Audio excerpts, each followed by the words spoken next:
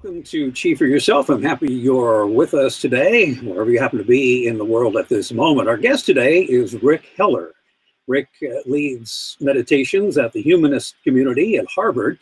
He's a freelance journalist. He's written for the Washington Post, the Boston Globe, and a number of other publications as well. And Rick is the author of Secular Meditation, 32 Practices for Cultivating Inner Peace, Compassion, and Joy. The book brings us exercises and examples of meditation suitable for people of any religion or of no religion, and it hones in on something called loving kindness meditation. We'll get to that in a moment. Before we get into the particulars here, Rick, how did you come to make meditation a part of your own life? Hi, so this goes back quite a number of years. I first got into meditation. I lived in San Francisco at the, I was going to the YWCA to swim, and there was a meditation class offered there that was completely secular. It was treated as just as an exercise. As I discussed in the book, prior to that, I'd actually been pretty skeptical of meditation, and something occurred in my life, which I described. I won't go in there in just a second.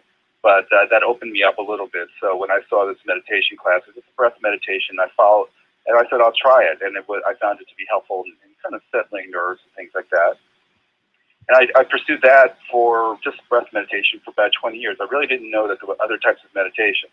And it was really probably about 7 or 8 years ago that I opened up to just many more different sort of practices, such as the body scan, ambient sound meditation, walking meditation. Things opened up for me when I kind of learned them. And since then, I've hooked up with the Humanist Community at Harvard, and I've actually been leading meditation. Mm-hmm. Now, secular meaning non-religious, but the meditations in the book are derived from religious sources, mostly Buddhist. Talk about what you, I guess, took out of those meditations to make them secular. Well, the meditations themselves, I would say, for the most part, are already secular. There's the oftentimes it's sort of the words around them when people kind of explain the context of them that can be not so secular. Although actually in the loving kindness meditation, I do, when I describe it, there are some, it's a guided meditation, there are some words used, and I tweak the wording so that it doesn't sound like a prayer. So the people who lead meditations are, many people have like scientific backgrounds and are very particular about this. So I want to make sure nothing would rub folks the wrong way. But the meditations themselves, breath meditation itself is, I would say, secular. But the explanation sometimes of how the meditations work, I make clear, for instance, the loving kindness meditation from our perspective, that nothing's kind of magically traveling. There are no like psychic powers, as far as we know, that travel through space to affect people. When you express loving kindness to another person, it changes your brain, it changes yourself, and then the next time you meet that person, you might be more kindly toward them. Mm-hmm. Now, you lead the Humanist Community at Harvard, and I don't think Harvard is the first place that pops into our minds when we think about meditation, mindfulness, sowing love and compassion. What is the Humanist Community's involvement with Harvard? Well, the Humanist Community is one of the groups that serves Harvard students, just as you have a Roman Catholic community, Jewish community, Muslim community. Increasingly, Harvard students, actually this year, the freshmen, a plurality of them registered as non-religious in a poll done by the Crimson, which is the campus newspaper. So there is increasingly younger people are not religious, but our perspective is that there are some things that religion came up with, like meditation, that are pretty useful. So let's try to find a way to take out the things that are unnecessary and get to the core, which really works. Yeah, and speaking of religious practices and people who feel that maybe those practices have let them down, they're looking to the East in disciplines like meditation. Is there a place for what I'll call Eastern philosophies in secular meditation? Yeah, so I do have interest. I approach Buddhist philosophy on a, might call it cherry picking, but I try to approach it on evidence base. And we certainly set aside anything like rebirth or reincarnation. We find no evidence. There's no scientific evidence for that. But on the other hand, there are some other aspects of Buddhist philosophy, such as what's called the Four Noble Truths. And I actually do believe that that particular aspect of Buddhist philosophy is consistent with what scientists find about the brain, and specifically the idea that when suffering occurs, when you are rejecting the world that is coming at you, that when you have an experience and you actually try to resist or reject that experience, that actually increases the amount of suffering, and that when you accept what is going on, that actually reduces the amount of suffering. I think there's evidence, and I've actually done some journalism related to this, and I've interviewed some neuroscientists about how certain areas of the brain process signals of suffering, that is actually true. So we sort of pick and choose in Eastern philosophy based upon what we do think is scientifically valid. Mm-hmm. And someone who comes upon secular meditation, and I feel that it's useful for anybody of any stripe, religious or non, someone who insists on the existence of a supreme being. Is there any kind of a clash here? And if there is, how do you explain that? Well, I actually don't think that there is a clash. So I do hope that everyone is interested in taking a look at the book. I've written it specifically for people who are non-religious, but I think actually it would be pretty useful for people who are religious as well. I treat it as a form of exercise, and religious people go jogging, religious people can meditate. Mm-hmm. Well, the book explains how the secular phrases begin with "I'd like you to be," and as you mentioned earlier, they're not expected to travel through space to achieve the desired effect. I'm wondering how prayer would be viewed through secular meditation, since prayer gets credit oftentimes for things like healing and other reversals of fortune. Well, and I would say humanists are skeptical that prayer would, travel through space, and I guess what's called intercessory prayer, where it's thought that you would pray and somebody at a distance would be affected. But certainly,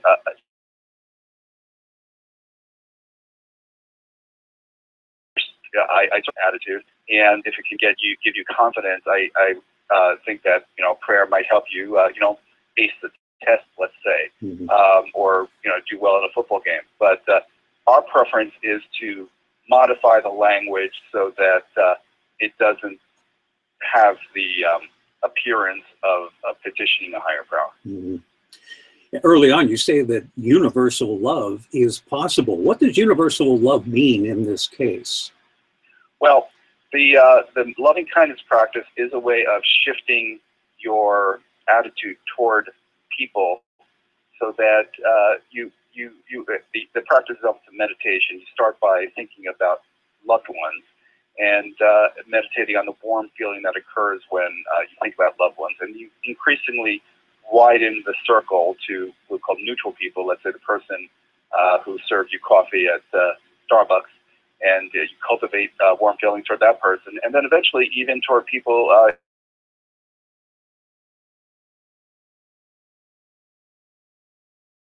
broaden our circle of care to include everyone. I do caution, though, that for people, there are serial killers, psychopaths, and I discuss this, that you don't want to love them to the point where you'd invite them over your house and have dinner with them. There may be some harmful people. And for the harmful people, I think the goal is not so much to sort of cherish them as to get over the sense of hatred and ill will. And if you can make a shift toward understanding that they are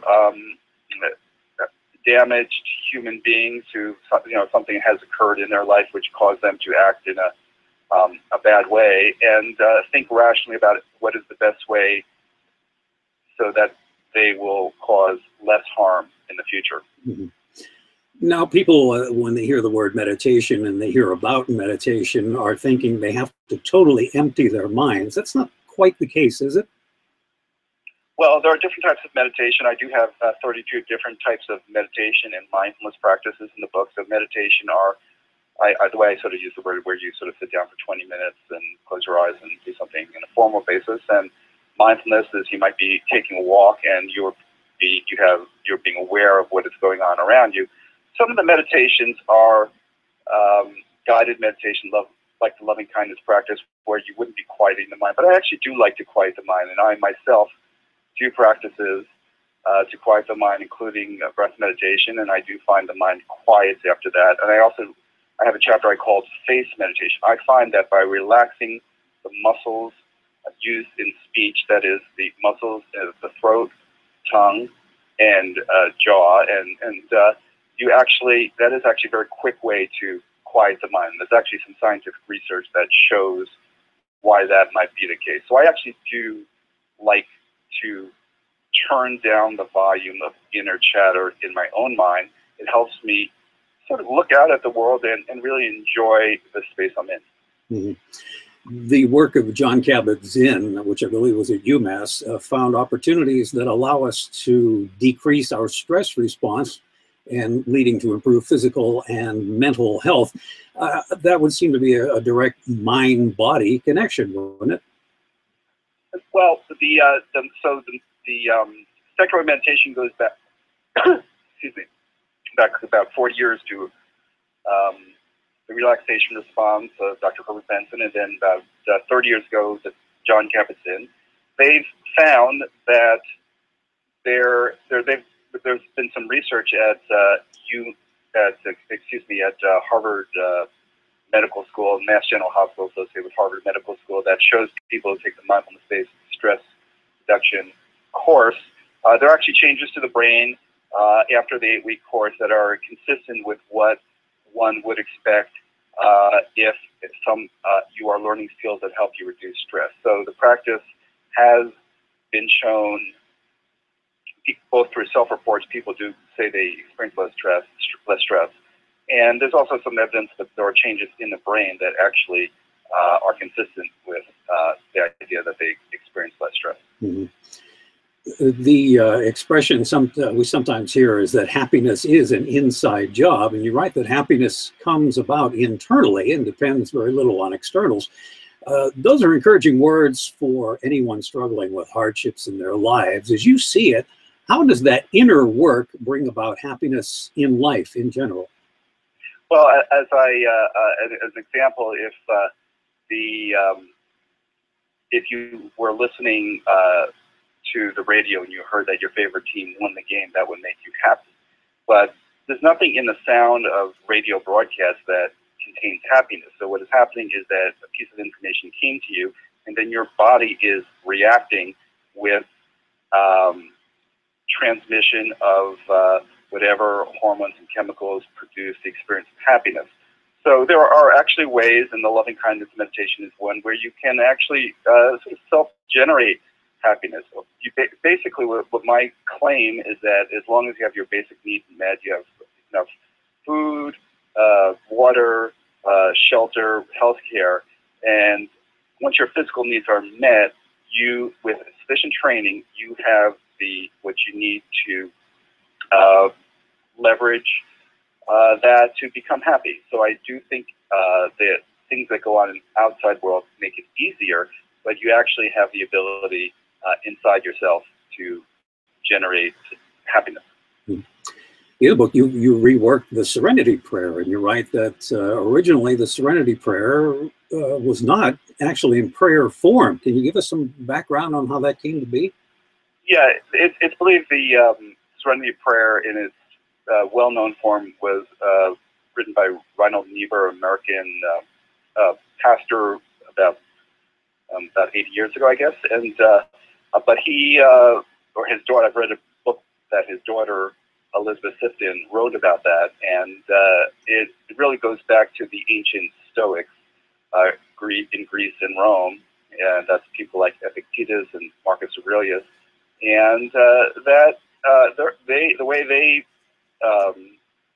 way they expressed it was not in prayer form, and it was sort of reformulated by Reinhold Niebuhr in a prayer form, which is fine for the people who find that valuable. But for people who don't like that form, it's also easy to just tweak the wording a little bit to express it. I do like the logic of it very much, because acceptance can help us reduce our suffering. But there are times where we really do need to confront problems and have the courage to change things in the world.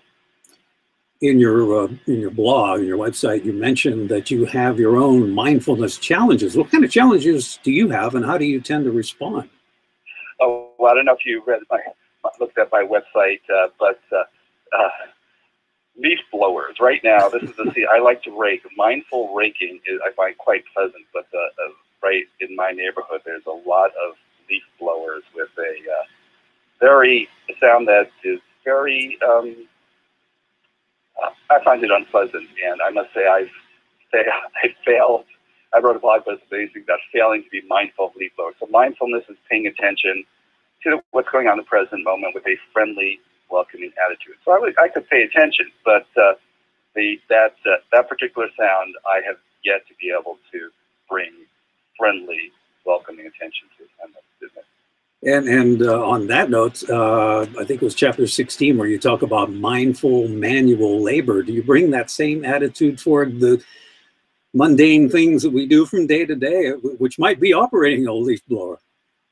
Well, I do, when I do actual raking, I do bring mindfulness to it. I enjoy that. When I wash the dishes, I bring mindfulness to that, and I find it helps in washing the dishes. So you would be mindful of the temperature of the water, reflections on the dishes from if you're during the daytime, let's say, and the sun comes in, and there's all these sensations that you actually can pay attention to, and that are quite pleasant to do that. So all sorts of manual labor are opportunities to be mindful.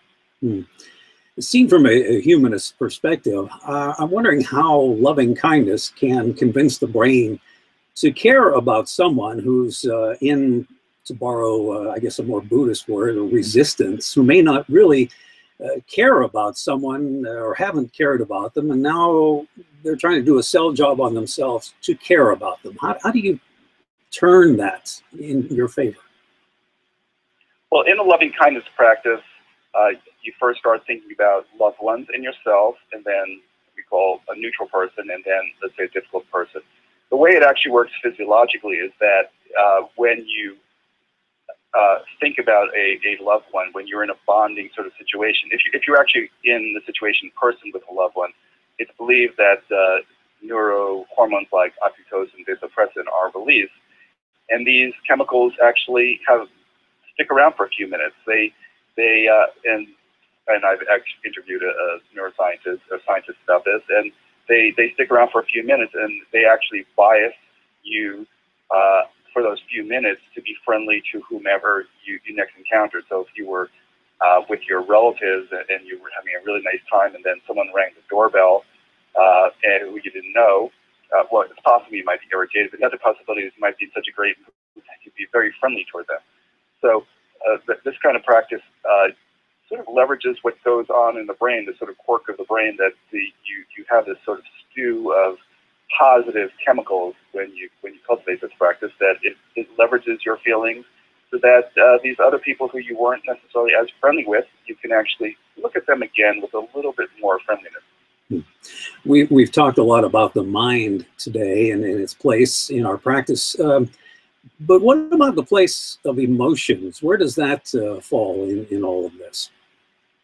Well, so we in our meditation group, we do focus a little bit more on emotions. Humanism often focuses very much on reason, sort of cold intellect, and that is actually part of our community. We often have talks and lectures, but on our Tuesday nights when we have our meditations, we focus really on the emotions. We have our meditations, and then afterwards we go around. People talk about what's going on in their lives. We keep it confidential with the specific things they say, but we have people share their emotions, because that is part of human beings, and you can't just limit things to reason. We do try to. I would say the ideal is if you can get to a point of equanimity. That's sort of a Buddhist ideal, and I embrace that. And point of equanimity, where even if some unpleasant things occur, you have resilience so that you get back to your point of balance. And the equanimity doesn't have to be neutral. It can actually be kind of a positive equanimity overall. Because, you know, like, it's wonderful just to be alive, and from our human perspective, it's a little bit, we're lucky to have been born, you know, a human being. So it's a kind of a pretty lucky thing to have happened. Mm-hmm. One last question, and I'll wrap it up. The loving kindness practices in the book aim for personal fulfillment and for creating a better world. Using secular meditation as our template, can you give us an intention, possibly a mantra that would help us deal and then see our way through the fear and confusion of the kind that the whole world is feeling right now? Well, that's challenging. When we do a mantra meditation, sometimes I use the word just love, so just on the in breath and love on the out breath. You know, what is going on in the world, there's a lot of fear right now because of terrorism, and